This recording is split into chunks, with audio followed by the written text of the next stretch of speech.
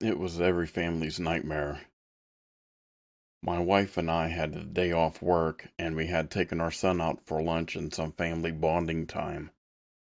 But as we approached our home, something felt off.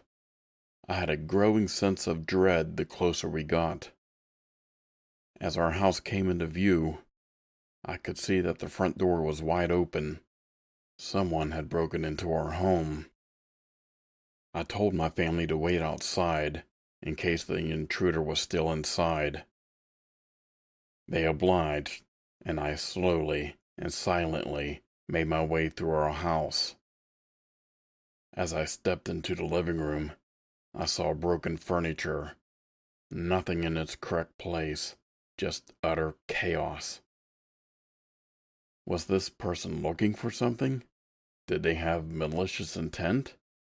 Why our home? Why us? Next, I walked into our kitchen. The fridge had been emptied. Dishes and food were thrown all over the room. What kind of person had broken into our home?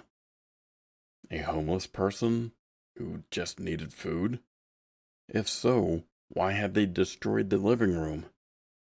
And that's when I heard it. Footsteps in the bedroom.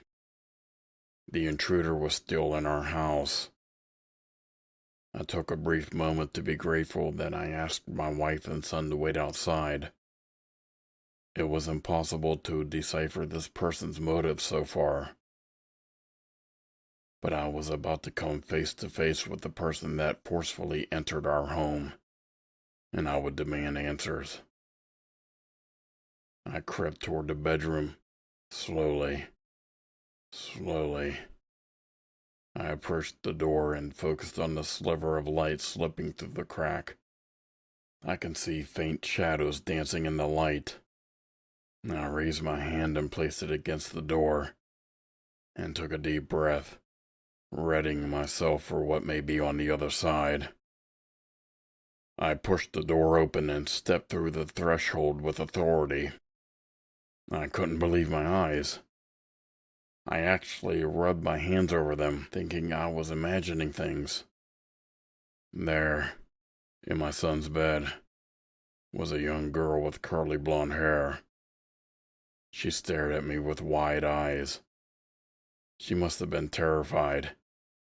I must have been a few feet taller and at least 100 pounds heavier than her.